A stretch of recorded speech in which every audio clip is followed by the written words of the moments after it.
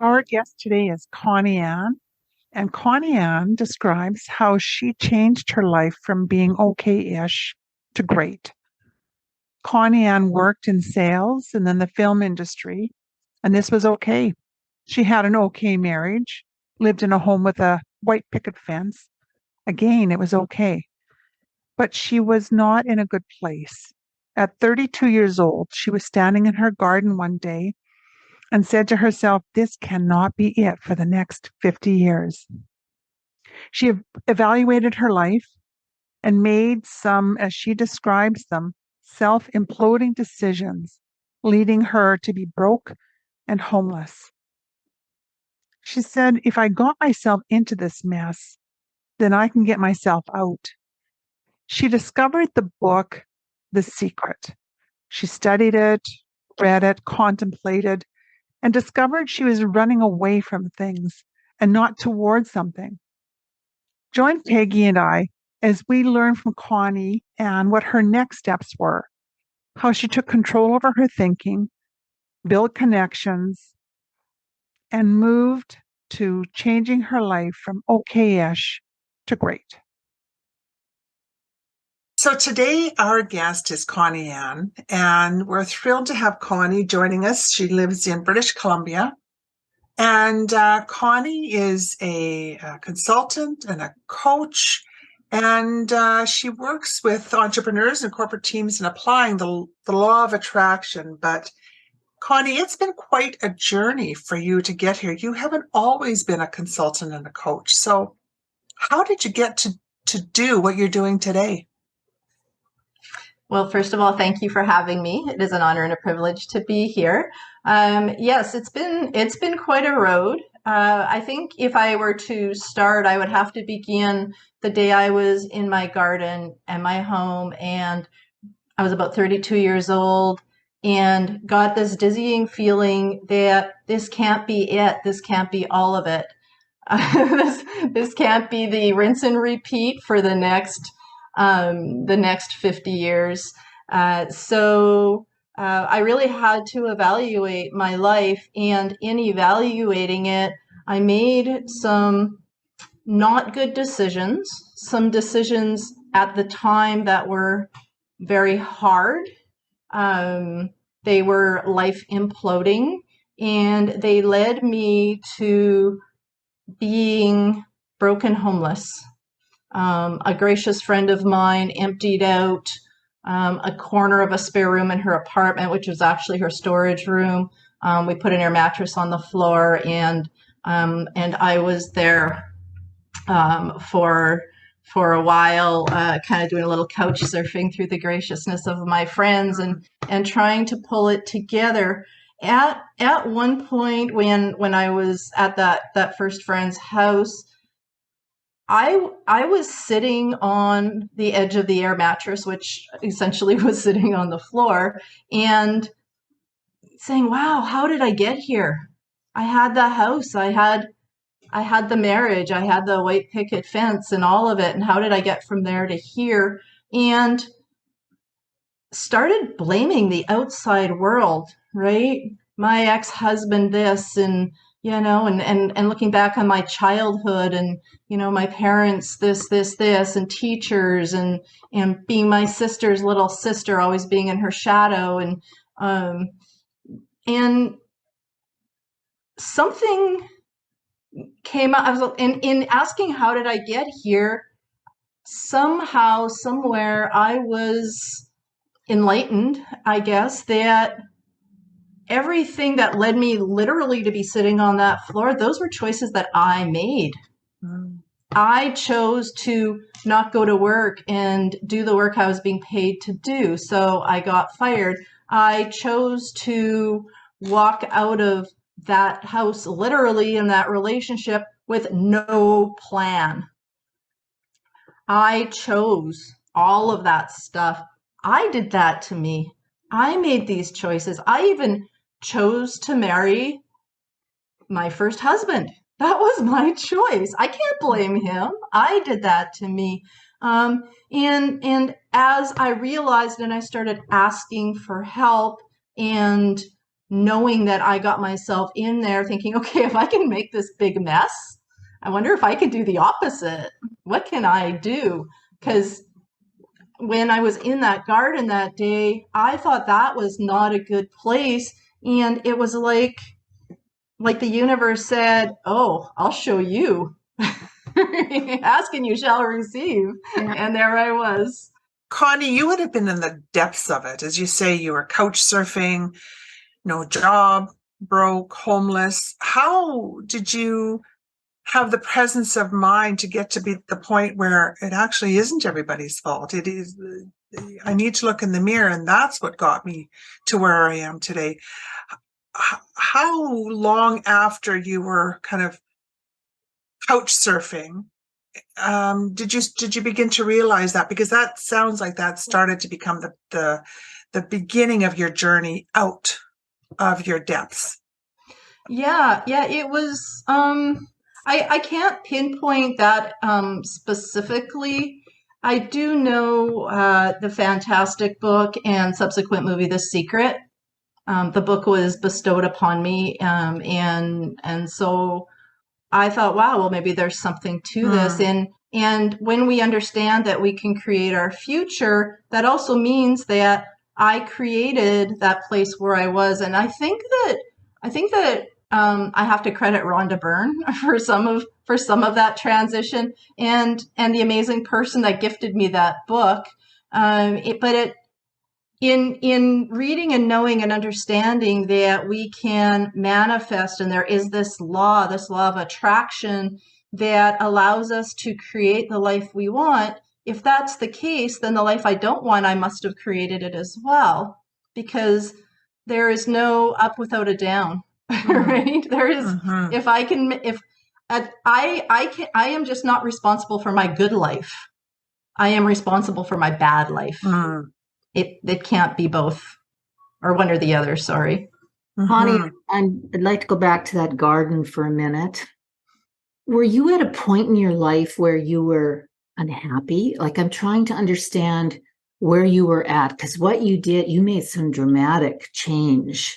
And, you say, I made some bad decisions, but at that point in the garden, was it sort of a culmination of this is not working, or was it something that was growing within you for a while before you made those changes?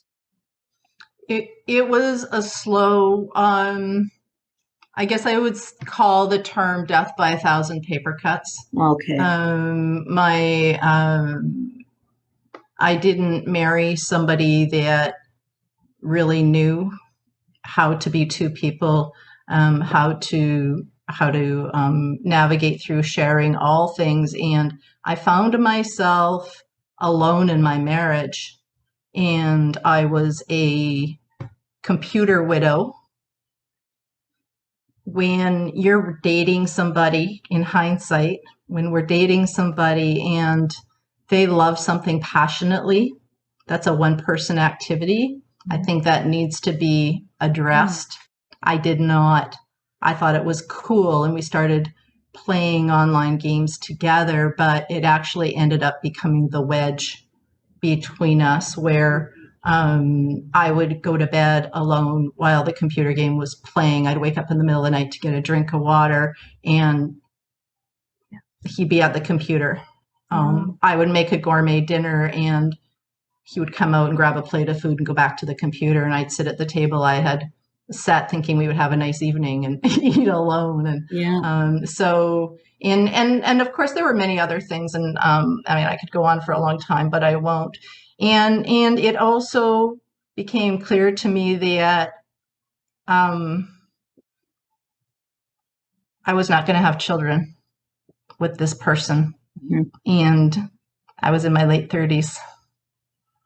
So I could stay because now I'm not going to have children. It's too late for me to leave this marriage and go find a suitable father.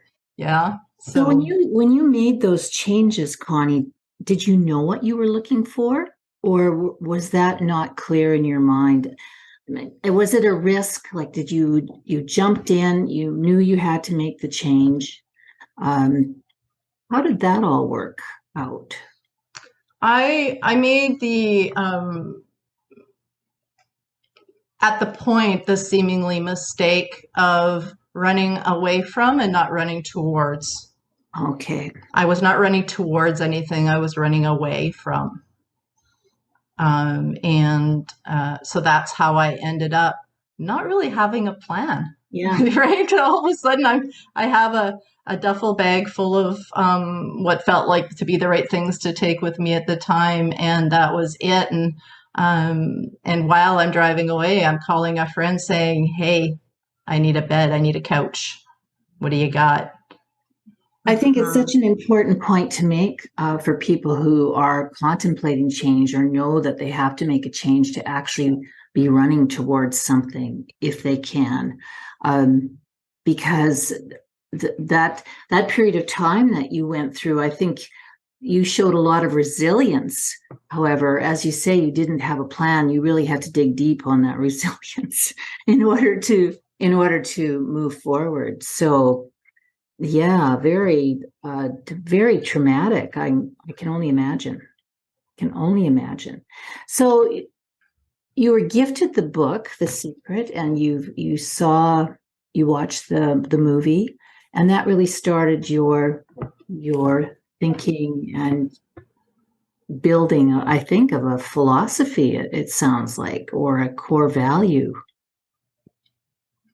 Yeah, it really started me on a journey. Prior to that moment in the garden, I was already looking for the answers to, why am I here? If I'm not meant to have children, why? What is my journey here? What is that thing? And so I was already starting towards, and I was looking at being spiritual rather than being religious. I grew up in a Catholic home, and First Communion and all these things, and it didn't resonate with me. So I was exploring these kind of alternative ways of thinking back then, and The Secret it dropped a piece into place that I guess I was supposed to have, right? I mean, the amazing Eckhart Tolle says, you're having the experience you're supposed to have because it's the experience you're having. So that book was supposed to come to me when it did. And I wonder, well, I don't wonder too much because I will never go back there. If I hadn't been gifted that book, how would have that unfolded? But it's not for me to understand because that's not what happened. It happened how it did. But, I read that you also read a number of books by other authors. Eckhart Tolle was one of them. And it sounds like you knew you were searching for more.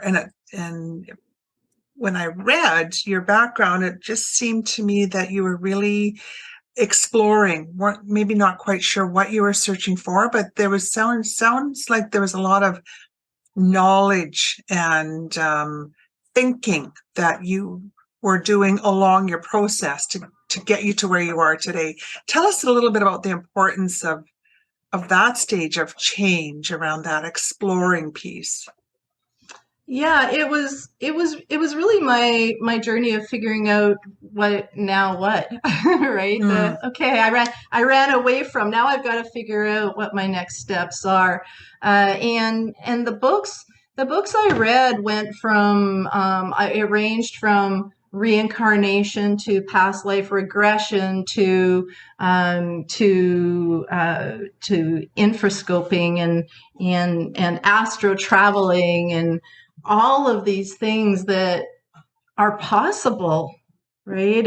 And to not be shut off to anything. I think it's so important when something comes to you to just explore it and see if you really do, if there's something for you to have, because I do truly believe that everything comes to us on purpose. So if somebody gives me a book, or if I'm listening to a podcast or even overhearing two other people talking at the table next to me at a cafe, and I hear something, I pay attention, because those little threads, those breadcrumbs have taken me to the life I now live. And And in doing all of that reading now, and that's when I said the perceived mistake I made of running away from instead of running towards, that built me up and gave me the knowledge and the strength and brought me to the books and brought me to the understandings I have today, so I can help other people who are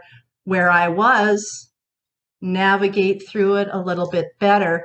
And people tell me, well, thank goodness you didn't have children. Well, I'm not sure that I quite feel that way, but Right.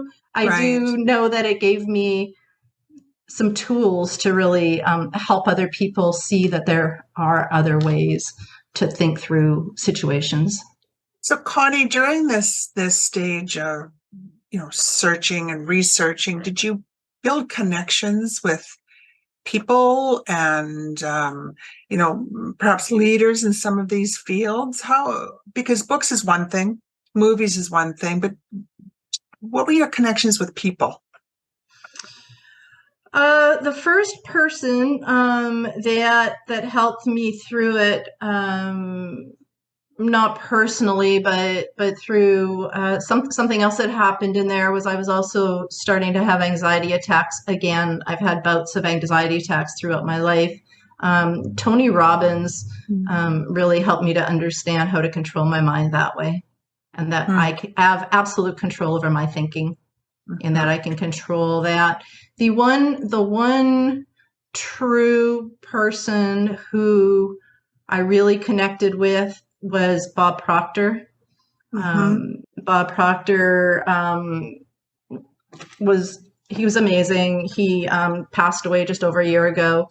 But he took everything and anything from Napoleon Hill and Earl Nightingale and Wayne Dyer and Wallace D. Wattles and everybody, and he put it together in such a way that made so much sense to me and helped me to really. Bob Proctor was the man in the tan suit in the movie The Secret, by the way. So I was led to him a bit through watching that movie and exploring everybody that was in it, because I knew that they knew something that I needed to know. And I really gravitated towards him. And he brought all those puzzles together in all of his teachings and trainings and even his free seminars and webinars. And I actually did end up being trained and taught from his company. I enrolled as one of his consultants and facilitators with his company, because what he spent his life doing, the legacy he left us, is so profound. And it's really what launched me from understanding that I had total control over my thoughts, feelings, and actions, and got me to where I am. So, Connie, how long was the process from sitting at the edge of the air mattress and, couch surfing to where you really got your feet on the ground? How long was that process? That was approximately 2 years before I really got my feet underneath me. In that process, while I was going through divorce, my mom passed away as well. So I found myself kind of 2 steps forward, 3 steps back when that happened, of course. And so now I don't have any money and don't really have a job to speak of, and still sharing spaces with people. And now I don't even have my mom to lean on. And so a friend of mine, when I was doing some learning, one of the other kind of occult things that I was dabbling in, she said, "You can go wherever you want. Stop feeling sorry for yourself. You've got a do-over, right? You have, so I did have, of course, divorce settlement, and then, right, settlement for my mom. And she's like, very soon you're going to be able to go be and have whatever you want." And she pulled me up, and that was the final, I don't know, the stake in the railway that just solidified everything, that I can choose to look at this completely different, This was entirely a learning lesson for me. This was completely designed for me to have an incredible life, a reboot, a do-over, take everything I've learned, knowing that I have full control of the rest of my life, this next 50 years. Look out. I'm coming.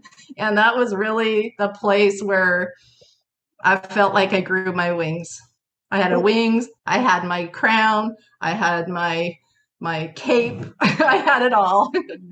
So, but what a process. What a process. I can't even imagine the ups and downs, and at times perhaps feeling hopeless or just wondering where it was all going to end up. So you're obviously a very resilient person. I'm thinking, where do you think that comes from? Have you given that some thought? That's grit. That's real grit, I think, to hang in there when you're really at the bottom, and like you say, 2 steps forward, 3 steps back. I mean, that can really get you down. That's a really good question. What choice do we have? Mm-hmm. What choice was there? I had no choice, right? When you dive into a swimming pool and your feet touch the bottom of the pool, there's nowhere to go but up. And if you stay at the bottom, you drown. You gotta bend your knees, and you gotta push up. Where did it come from? I think being in the shadow of my sister, and I was always a rebel. My mom would say put nylons on, and I wouldn't. She should have told me, don't you dare wear nylons with that dress. And I'd have ran downstairs to my bedroom and put them on. I think I always rebel because, you know what, if I felt like I was never really quite heard when I was growing up. So I always just thought, you know what, I'm going to always show them.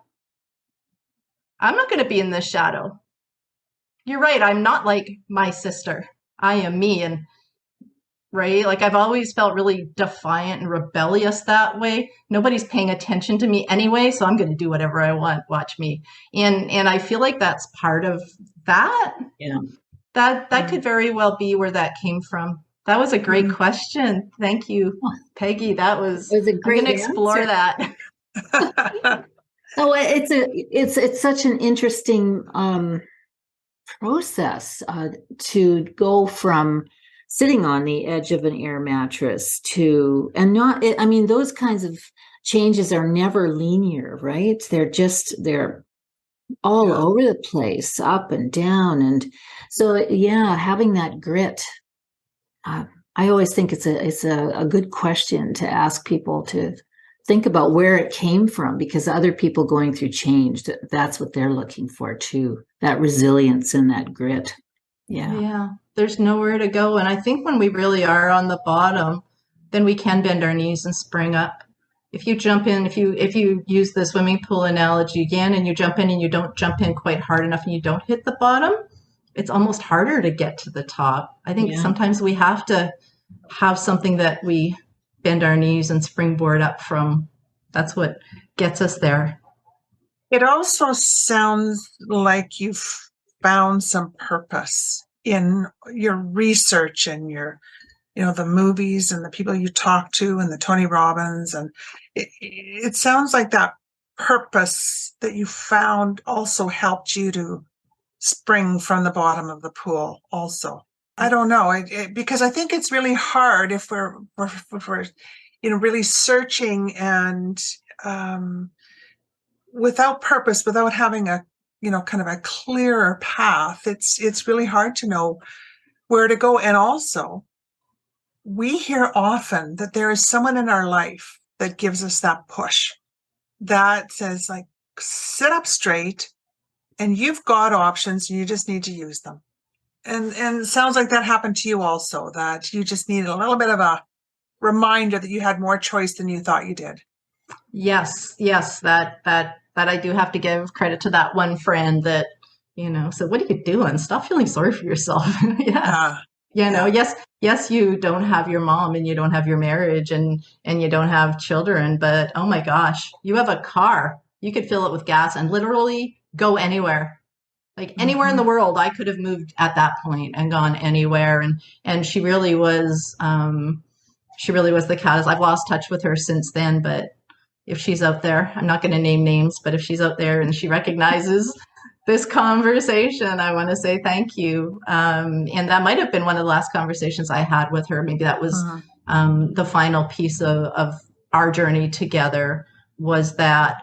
And we do need that person. And Bob Proctor told me, right, through trainings and stuff, that you can have it all, and stop feeling sorry for yourself and start thinking about what you do want and what life do you want to create, because the law of attraction is real. It really does work. It is a thing. It's a thing like gravity. You can believe in it or not, but it's doing what it's going to do. So why don't you work with it properly and have the life that you are truly here to have? So my hope for the rest of my life is to encourage as many people as I can who are where I was, and even people who aren't where I was, because I truly hope nobody goes through that. But we know the truth of the matter is, in 8 million people on the planet, there's probably 1 or 2. But whoever wants help, there's help out there for them. They can truly do be and have it all. They just got to learn how to do it properly. So you have a business now, am I right? Like is it? Do you call it a business, or do you call it a practice, or? I call it a business. My government calls it a business, so I'll do that too. I am my number one thing that I do with my one-on-one clients is I do take them through Bob Proctor's paradigm shifting program. That is the one thing when I healed, when I was healing, when I was feeling stronger and wondering what my true purpose was, and all of these things that came to me while I was healing and deciding what I was running towards, I wanted to help other people have the support that I found in all of these places doing all this research, to like one place to go to do it. And I started designing a program of sorts, outlining it, but realized that Bob Proctor already did it. He spent 60 years researching and studying and putting together the things that I was researching and putting together. And he is such a powerful, beautiful teacher, and he was such a beautiful human being that I think I'll just do what he does, and because he fixed me, so I'm going to use what he knows to help those who need help as well. So I teach his material, but in between I also do my own coaching, and for those that can't afford a full coach, I do have a small monthly subscription fee group on Facebook that I train every week in, and whoever needs help at whatever level, I think everybody deserves to have somebody in their corner that will believe in them until they believe in themselves again, or for the first time. For the first time. So, Connie, what advice do you have for people that are standing in their garden saying, I can't do this for 50 years? You must move on. You must look after yourself. Not everybody can. I talk to women all over the world in first world and third world countries. Do what you can. Look after yourself. Be strong. You're not alone. We feel so alone. I felt so isolated. I could have been in a room of 10,000 people and still felt completely alone with who I am. But you're not. You're absolutely not. And find support. Find support. Think of the life you want to have. If you could have it all, if you could have anything you want, even if it's when you close your eyes and you think about the future that you truly, if you could have it all, what would it be? And in your mind go there. That is the first step to the law of attraction, is seeing that and closing your eyes and seeing yourself in that place, whatever that is. And be selfish. It's your imagination. It's your mind. Be selfish and go there. Go there as often as you need to. And know that there is a place. There is a place. It truly is. And even in your mind for now, when you visit it in the future, that's exactly the same as a past bad memory. You can have a future good memory. Your subconscious mind does not know the difference between your imagination and reality. And hold on to whatever you can. Don't talk to people who bring you down. Don't talk to people about negative stuff. Don't spread sadness and madness on social media. Lift yourself up. When we talk, think, and respond to the negative stuff, we're making more of it in ourselves. Our emotions create the action of our bodies. And as best we can with where we are, we must have hope and the image and the knowledge that tomorrow can be better. I could have got up from that couch or the mattress on the floor and done something completely opposite to what I did.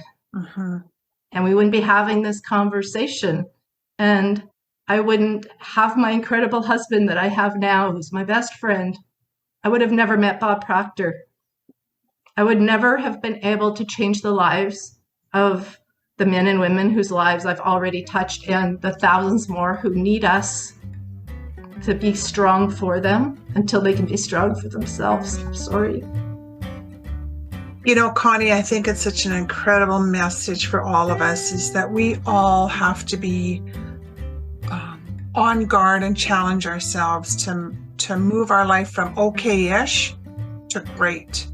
And I think what you've really shared with us is that it really starts with how the choices we make and how we look at moving from okay-ish to great. So what a story you've had. Congratulations to you, Connie.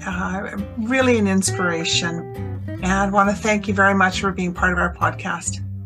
Thank you very much. It's been a pleasure. Thank you. If you've learned just one thing about change while listening to this podcast, please subscribe on Apple or Spotify and share with a friend. This episode recorded via Zoom audio. Producers Peggy Koenig and Catherine Greiba. Executive producer Koenig Leadership Advisory. Theme music La Pompeii, written by Chris Harrington, music publisher Invato Market. For information on this podcast and to purchase some fabulous goat merchandise, please visit www.getyourgoat.ca.